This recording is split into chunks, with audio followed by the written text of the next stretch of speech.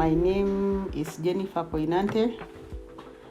I come from Laikipia County. I belong to a community called Yiaku. Yiaku is among the small communities in Africa, and they live in Bogodo Forest. That is our home. I am the founder and the director for the organization that serves this community called Yiaku Laikipiak Trust. This language of Yiaku is a Koinate language. Originally came from Ethiopia so many years ago, like 4,000 years, and they settled in Bogodo Forest. The language was almost extinct as recorded by UNESCO. So like any other extinct languages that are getting extinct, we started doing some activities as follows. Before, we used to learn this language from mother or from parent to the children. And they used to tell the storytelling. They used to sing poems, riddles, songs and dances. They had their own beliefs, their own norms, aspirations, and they used to transfer all that through their own language. So anytime there is also rituals, prayers, when there is a wedding, a naming of children, all these things that they do, they help the language to be transferred. So those are things that we used to do, and some of these things are washing out in time. And some of these issues that is going to lead us to the problem or the challenges is a lot of things that led to disappearing of this language. So if we look at what we have done as a Yiaku, we've started trying to copy what the other community used to do. So we've been doing a cultural event every year. What do we do to revive our language? Because if this language completely vanishes, then we will be left without identity. How do you call yourself a name that you don't even know how to speak? So we had to bring back our language. Through good partners that we've engaged together, and they came to support our organization, Yiaku Laikipia Trust. We were able to document through technology using an app. We developed an app that is Yiaku language app, to be able to put all the data, all the information, all the language that we can be able to recover from the community, from the aging elders, from even the young people who are able to be brought up by parents who speak this fluently. How do we reach to our community that are locally located, or they live in very remote areas where sometimes there is no even internet, and there are no computers, there is no electricity, there is no lights maybe for even to use all this technology. So we decided that we needed to reach everybody, and reach those people who are in the community, and reach those who cannot read, so that their children or those who are educated can read for them. So we wrote two books, one with pictures, so that it looks like a beginner's book. We learn about the family members, we go to plants, we go to domestic animals. So we've written a detailed booklet with pictures. So even if we cover maybe 50 or 40% of that language, it is a milestone for us as Yiaku community. So we have also written a simple grammar book. So we already have it. We have shared with our partner Pawanga, because Pawanga came in and supported us. The issue of digital documentation, we were supported by FIMI, and we are continuing to do that, to document. We are volunteering as an organization, as a community, to ensure that we have our language alive again. I will want to speak regarding the challenges that we have. Though we have documented this book, it is very, it's not easy for this language to be taught and to pick up very fast for the people to continue speaking. The challenges that we have in that is that the partners that we get are short-lived partners, like 1 year. If you look at the teaching of languages, an example, even a local Swahili language that we speak in Kenya and in most of the East African countries, we have a lesson and we have a whole syllabus. We have schemes of work. We have lesson plans. And it continues forever. But if we look at the indigenous languages, and I think those who are working on the same, people who are having issues on their languages, the minorities, the indigenous communities who have been absorbed by other bigger communities, most of the indigenous communities are going short. Their language is shrinking in time.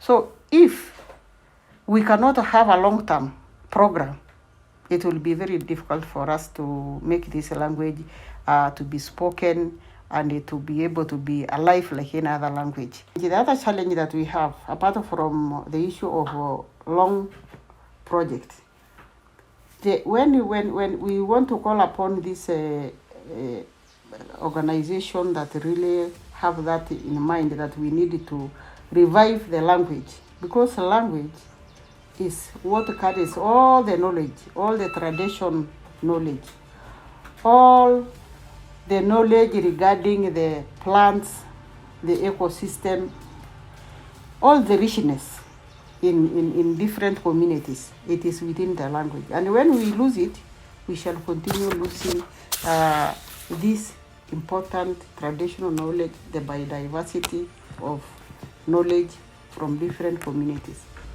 We need to have a 10-year project so that that language can now pick off, and the program roll for like 10 years. That language can now start taking roots, and the people will start speaking, and the generation to come after, the ones who have learned, can be able to pick and also talk. So how do we talk on reviving a language and speaking it when we are just working on a project of 1 year or 2? So it should be, indigenous language should be taken seriously like any other language and should be spoken. Because of the formal education, which has led also to urbanization and also intermarriage. So you will find that when this minority community are intermarrying with other people, they are more vulnerable with their language, because the other community are more. The organization should target every event that happens in the community so that this language is brought back. The lesson that we've learned. We've seen that at the beginning, when we began discussing about the language, the community were really disparate. They do not see the hope. So some were saying, why do you bring this language of the poor people who live in the forest? They did not realize that their traditional knowledge, their livelihood of beekeeping, they own the whole entire Mgogodo forest. That is their home. The fruits that are there, the roots that are there, the animals, because they used to be hunter-gatherers, they did not think that those are important things. Until when we went back there and discussed, they found themselves that they are very rich, and even other people would like to be among them. They are the people who have the traditional knowledge on medicine that are found in the flora and fauna in Mgogodo forest. They are the people who have the knowledge of honey. They have the knowledge on how to do sustainable hunting, although now hunting is illegal in Kenya. But even if they are given this chance, they can still give this knowledge, even for integration of scientific and the traditional knowledge. The issue of coming together as a united community and all of them embracing to revive their language. We also realize that over time, as an organization, Yiaku Laikipiak Trust, we have grown. We have gained a lot of knowledge by interacting with the community members, the elders. We have sat with them And you'll find most of our staff now have a lot of knowledge. They even have that language. They can easily draft simple things when required. So we really encourage that, and we think that link between the community and the office is a very important thing that we've learned, that it is going to help us to continue growing. Apart from this right of their language, because this is a human right that, and we thank, we are very appreciative that the government of Kenya is open to any community who want to speak their language. They have no problem. There is no restriction that you should not speak this language. But the only limitation in the government part is that they don't support. But if you can be able to do it on your own as a community, they have no objection. So as a community, if we have a capacity, we continue growing the capacity of the organization and the capacity of the community, it gets more effective for this language to grow and flourish. We really need a lot of capacity in terms of office support, like the equipment in the office, like the cameras, the computers, to be able, and even the community, those like that we want to have them in the centers, to be able to teach the children, those who want to learn. We need to buy them at least computers to be able to teach in our centers. We can have about 4 centers in different villages in the community. Like we can have one in Nadungoro, we can have another one in Yiaku, we can have another one in Kurukuri, and another one at the center, Dondol Center, where maybe people come and the children learn when they come out from the schools. So if we can be able to get even support and capacity to be able to have 4 teachers to work in those villages, then the language will come up from all direction, and it will be very successful. And the Yiaku appreciate those who have already come in to support us, and we really request that we continue together, and we now expand the time period to be more. So I think when partners talk, and these other organizations that will present from all over the world, I think we must look for mechanism of how do we sustain the learning of this language.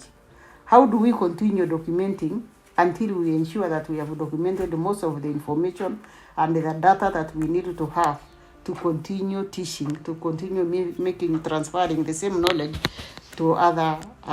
Finally, I will speak about the impact. I will say that this project has had a very important impact up to this level. We have a booklet that we have here in they have books. We have one center that we because of limitation of partners, we only had one partner, and which we were supported by Pawanka for 1 year. Now the year has ended, so it will be very hard for the teacher to stop his activities. We've been recognized at the county level, at the national level. We are now a people who are self-determined. We have an identity. I think this year we shall be given our own. It is already documented in Kenya that there is a Yiaku, and we can actually prove it by the fact that the government of Kenya have accepted to nominate every year a representative at the county assembly from the Yiaku community. So we are still going for, if we continue to make sure that this language is recognized at the Kenya, and we have the code number, because that's the only thing that we are looking for. And we hope that code might come this year or next year. Thank you.